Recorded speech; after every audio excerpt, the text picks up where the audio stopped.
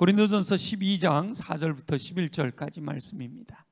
고린도전서 12장 4절부터 11절까지 다 같이 함께 봉독하겠습니다. 시작. 은사는 여러 가지나 성령은 같고 직분은 여러 가지나 주는 같으며 또 사역은 여러 가지나 모든 것을 모든 사람 가운데서 이루시는 하나님은 같으니 각 사람에게 성령을 나타내심은 유익하게 하려 하심이라.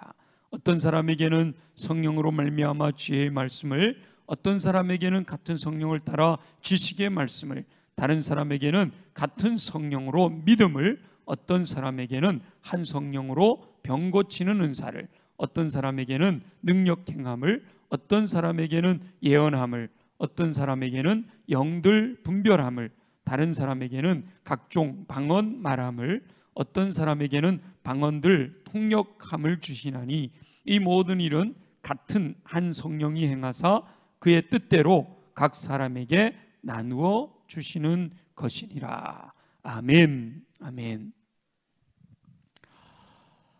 지난주에 오셨던 분들만 한번 손 들어보세요. 지난주에 오셨던 분들만. 예. 한 80%가 지나면 90%. 네. 손 들으셨어요? 자, 지난주에 동기부여의 은사에 대해서 말씀을 나누며 함께 기도하고, 하나님, 나는 이게 장점입니다. 더 풍성하게 채워주옵소서. 주님, 나는 이게 부족해요. 채워주시기를 원합니다. 함께 기도하고 한 주간 자신을 돌아보며 은사의 나타남이 있었는지 관찰하고 간증을 하거나 문자를 주시면 제가 강단에서 나누기로 했었는데요. 진짜 그랬구나. 이제 생각났죠? 말씀을 들으면 말씀대로 살아야 되는 거예요. 말씀을 기억하고 말씀대로 한 주간을 살아야 돼요.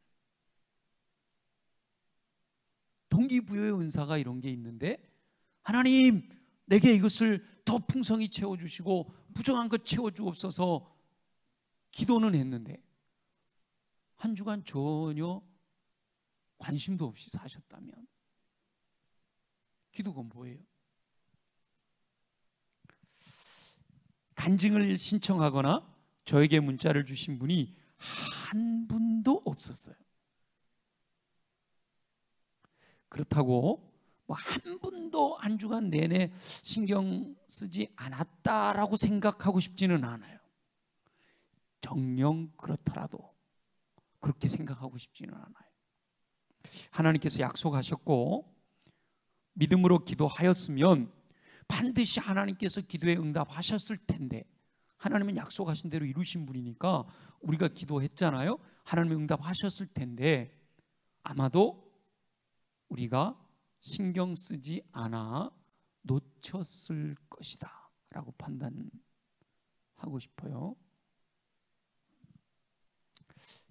그 말씀을 듣고 기도했으면 그 결과를 살펴봐야 한단 말이에요.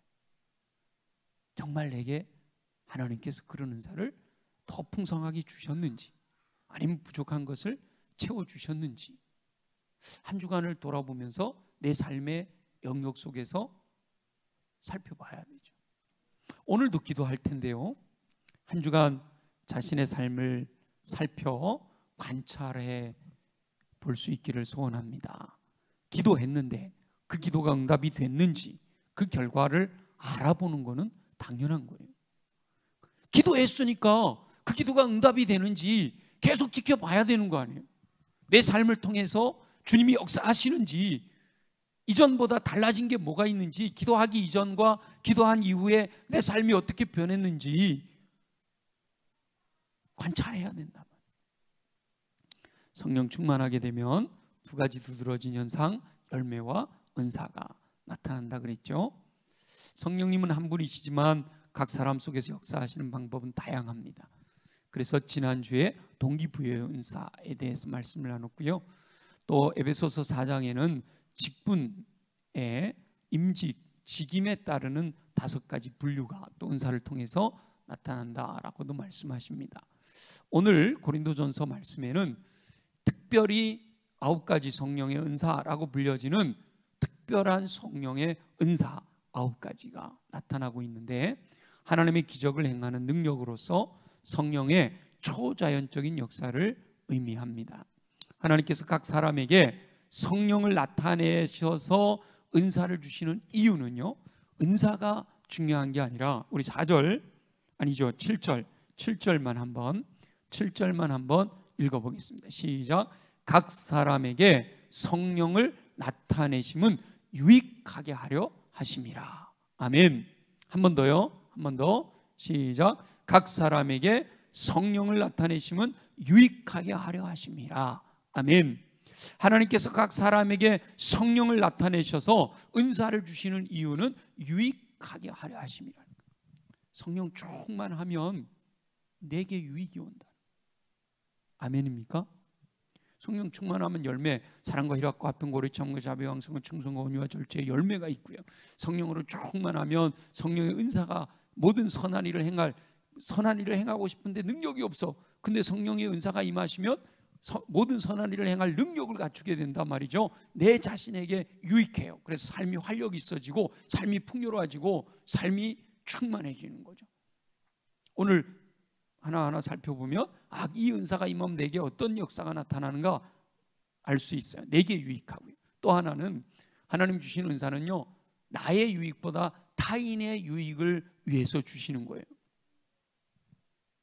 각 사람에게 성령을 나타내심은 유익하게 하려 하심이라 라고 할 때, 하나님이 주신 은사는요, 나의 유익도 물론이지만 타인의 유익을 위해서 주시는 거예요. 그리고 더 나아가서 공동체의 유익을 위해서 주시는 겁니다. 타인을 유익하게 하고 공동체를 유익하게 하는 것은요, 하나님의 뜻이죠. 그러니까 하나님의 뜻대로 구하면 들으신다고 그랬잖아요. 성령 충만해서 열매와 은사를 통해, 특별히 오늘 은사에 대해서 함께 나누는데, 은사를 통해 모든 선한 일을 행할 능력을 갖추어서 내 삶이 풍요로워지는 유익이 있고, 다른 사람을 섬김으로 말미암아 다른 사람의 삶을 유익하게 하게 되고, 우리 교회 공동체를 유익하게 해서 교회 공동체가 건강하게 되어지는데 이 성령의 은사가 쓰임 받는다. 그 성령 충만해서 성령의 은사가 나타나는 거, 이건 하나님의 뜻이다 말이에요.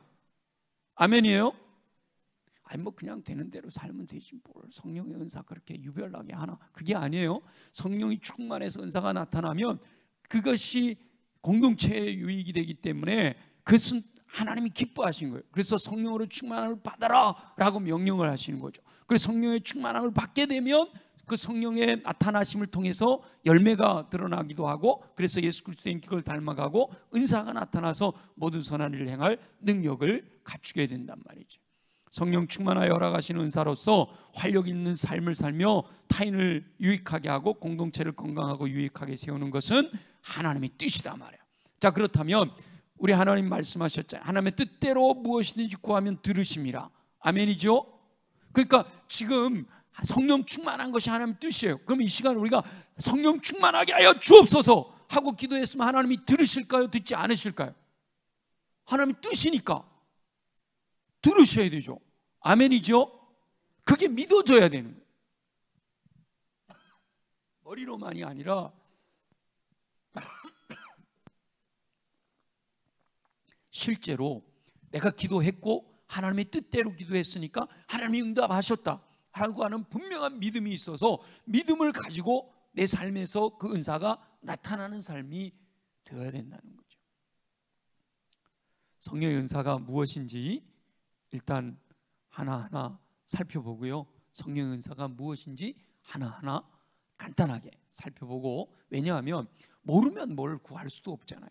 그냥 뭉뚱그려 성령 충만하게 하여 주옵소서, 이것도 물론 하나님이 들으시지만 그것보다는 은사를 하나하나 간단하게라도 살펴보고, 좀 자세하게 살펴보면 좋지만 여러분 또 다 하는 얘기 뭘 또 하냐고 그럴 수 있으니까 간단하게 말씀 나누고 그걸 놓고 우리가 함께 기도할 텐데요. 성령의 은사를 파악하고 하나님의 뜻임을 확신하고 간절히 구하여 성령의 은사를 통해 여러 유익을, 내 삶이 유익하고 다른 사람의 삶을 유익하게 하고 공동체를 유익하게 하는데 쓰임받는 저와 여러분 되시기를 예수님의 이름으로 축원합니다. 9가지가 나오는데요. 지혜의 말씀은요, 삶의 기술이라고 합니다. 문제를 푸는 능력으로 상황을 능숙하게 처리해 소기의 목적을 이루는 거죠. 하나님의 계시를 받아 초자연적인 지혜가 오는 거예요. 그래서 어떤 분은 성령의 섬광 같은 계시라 이렇게 표현해요. 반짝 떠오르는 놀라운 지혜가 있는 거죠. 어떤 분은 즉석 통찰력이다. 별로 그런 거에 대해 생각 안 했는데 딱 성령께서 깨닫게 해주셔서 말하게 하는 지혜. 예수님께서 계실 때 세금을 바치는 것이 옳습니까? 옳지 않습니까? 이거는 아주 액통수거든요. 바쳐라 그래도 문제고 바치지 마라 그래도 문제고, 이 액통수에 지혜가 없이는 이 문제를 해결할 방법이 없는데, 바로 그때 예수님께 성령의 지혜의 말씀의 은사가 임하신 거죠. 그래서 가이사의 것은 가이사에게, 하나님의 것은 하나님께 바쳐라. 그러니까 아무도 할 말이 없어지는 이런 지혜, 이게 성령의 은사로 말미암은 지혜의 말씀의 은사입니다. 지식의 말씀의 은사는 자연적인 방법으로 공부하고 연구하여 획득하는 지식이 아니라 지식을 가져다 주는, 말씀을 통해 지식을 가져다 주는, 이렇게 표현합니다. 하나님께로부터 거저 얻은 한 조각 지식의 파편이라고 표현하는데요. 이런 거죠. 사마리아 우물가에서 예수님이 여인하고 대화를 합니다. 예수님이 처음 만난 여인이에요. 아무것도 알 수 없잖아요. 그런데 성령의 은사, 지식의 말씀의 은사가 임하면 이 여자가 남편이 다시였는데 지금 있는 남편도 자기 남편이 아니구나 라고 하는 것을 알게 되는 지식의 말씀의 은사가 임하게 된다라고 하는 거예요. 성령 충만할 때 나의 유익을 위해서, 타인의 유익을 위해서, 공동체의 유익을 위해서 하나님께서 이런 은사를 주실 수가 있다는 거예요. 믿음이라고 할 때는 하나님이 원하시는 것이 무엇인지를 알게 되고, 상황이 아무리 부정적으로 보여도 하나님께서 가능하게 하실 것이다라고 하는 강력한 자신감, 그냥 예수 믿고 구원받는다 이 정도가 아니라 분명히 이루어질 거야, 확실히 이루어질 거야 라고 하는 강력한 자신감을 믿음이라고 표현하고요. 은사로서의 믿음, 병 고침은 뭐 말하나 마나 질병의 치료와 건강의 회복을 위해 초자연적인 방법으로 관여하는 능력이에요. 그래서 이것은 질병이 걸린 사람을 치유하기도 하지만 약한 것을 강하게 하기도 하고, 그리고 계속해서 활력 있는 삶을 살아가게도 하는 하나님의 뜻이기 때문에, 사랑하는 자의 내 영혼이 잘됨 같이 내가 범사에 잘되고 강건하기를 내가 간구하노라. 나는 치료하는 여호와라. 하나님은 우리 모두가 건강하게 살아가는 것이 하나님의 뜻이기 때문에, 하나님이 기뻐하시는 거고 하나님이 창조하신 목적이기 때문에 우리 모두가 건강하게 살아가는 것은 하나님이 원하시는 거예요. 그렇기 때문에 우리가 기도하면 하나님이 들으실 줄로 믿습니다. 병 고치는 은사가 있는 거죠. 능력 행함, 이것은 하나님의 초자연적인 능력이에요. 기적이다라고 표현을 하죠. 자연 법칙을 중지시키는 것이 아니라 하나님의 힘으로 자연의 법칙 뛰어넘는 것, 극복하는 걸 의미해요. 물 위를 걷는 것, 오병이어로 5천 명을 먹이신 것, 죽은 자를 살리시는 것, 이런 게 바로 능력 행함, 기적의 역사, 기적의 은사가 되는 거죠. 예언의 은사는 하나님의 뜻을 깨닫고 전하는 능력입니다. 하나님의 말씀을 깨닫고 해석해서 전하는 능력도 되고, 미래의 하나님의 뜻이 무엇인지를 하나님께서 깨닫게 해주실 때 그것을 전하는 것도 예언에 속하는 거예요. 영들을 분별한다라는 것은 자연계에 영향을 미치는 영적인 세계의 힘을 조정하는 영들을 분별하는 것. 예를 들면 베드로가 주여 그리하오지 마옵소서, 그러나 그때 베드로가 말하는 것은 베드로의 말이 아니라 그 배후에서 역사하는 사단이로구나 라고 깨닫고 베드로를 꾸짖으시는 예수님, 그 바로 영을 분별하는 거죠. 지금 이 베드로가 하는 말이 성령을 통해서 하시는 말씀인지 아니면 어둠의 권세가 예수님 마음을 약화시키기 위해서 하는 것인지 영을 분별할 수 있는 은사가 주어진다. 각종 방언은 말할 것도 없죠. 성령으로 말미암아 배우지 않은 말을 하는 능력인데, 방언에 대해서는 지난번 우리 최재선 박사님 또 자세히 말씀하셨고, 또 우리 김남문 목사님 오셨을 때 방언에 대해서도 계속 말씀을 했죠. 그런데 마지막에 방언들을 통역한다 그랬는데요, 다른 사람이 방언으로 말하는 것을 통역해서 그 내용이 무엇인지를 다른 사람들에게 알려주는, 전달하는 능력이죠. 이 통역은 두 가지 방법이 있는데, 한마디 한마디 뭐 I love you 그러면 나는 너를 사랑한다 이렇게 한마디 한마디를 그대로 바로바로 통역하는 경우도 있는가 하면 모든 이야기를 했는데 그 이야기가 전체적으로 이런 뜻입니다 하고 전반적인 것을 이렇게 알려주기도 하는 그런 방법도 있습니다. 그래서 직접 자기가 아는 언어로 들리기도 하고 그냥 뭔 말인지 모르는데 내용이 무슨 내용인지 알아차리는 경우도 있게 됩니다. 그래서 내가 방언을 하면서 내 방언이 통역이 되기도 해요. 그래서 내가 방언으로 기도를 하는데 마음속으로는 이게 지금 무슨 기도를 하고 있구나 알게 되는 경우가 있죠. 근데 다른 사람이 방언으로 기도할 때도 그렇게 알게 되는 경우가 있는데 우리가 조심스러워서 말을 잘 안 해서 그렇지 그럴 때 이렇게 얼마든지 말할 수 있다라는 거예요. 이와 같은 성령의 은사는 두 가지로 운영이 되는데 잠깐 필요할 때 잠깐 동안 기름 부으심을 통해서 잠깐 성령님 우리를 사로잡으심으로 은사가 나타나게 하실 수 있어요. 주어진 어떤 일정 시간에 성령께서 성도 중 한 사람에게 어떤 한 가지의 은사를 부어주는 거죠. 이 영혼을 하나님께서 A라고 하는 영혼을 바로 세우고 싶은데 말을 안 듣는단 말이죠. 그러니까 B라고 하는 사람에게 지식의 말씀의 은사를 주셔서 이 사람을 유익하게 하는데 일시적으로 이 사람에 대해서 알 수 있는 것은 그때 넣어준 지식 외에는 이 사람을 몰라. 그리고 헤어져요. 그래도 이 사람이 바로 세워지게 하는 이렇게 일시적인 방법으로 쓰이기도 하고, 두 번째는요, 계속되는 기름 부음. 우리는 사실은 이 계속되는 기름 부음에 대해서 간구하고 있는 거죠. 계속해서 성령의 이끄심을 따라 순종하고 말씀을 묵상하고 기도하면서 성령과 함께 동행하면서 살아가게 되면 중단 없이 계속해서 성령이 나와 함께 하시면서 이 성령의 은사가 나를 통해서 나타날 수 있도록 역사해 주신다라고 하는 거예요. 그래서 성령으로 충만하게 되면 성령의 열매가 나타나고 성령 은사가 나타나는데, 성령 은사 중에 지난주에 동기부여 은사에 대해서 함께 나눴고, 오늘은 초자연적인 능력 9가지 이 은사에 대해서 지금 우리 함께 나눈 것처럼 지혜의 말씀의 은사, 지식의 말씀의 은사, 믿음, 평상시보다 더 확고한 자신감이 있어서 분명히 이루어질 거다라는 확신이 생겼다. 이건 믿음의 은사가 그때 주어지는 거예요. 병을 고치는 은사, 능력 행함, 예언함, 영들을 분별함, 방언을 말함, 방언을 통역한 이런 은사를 9가지 주셨는데요.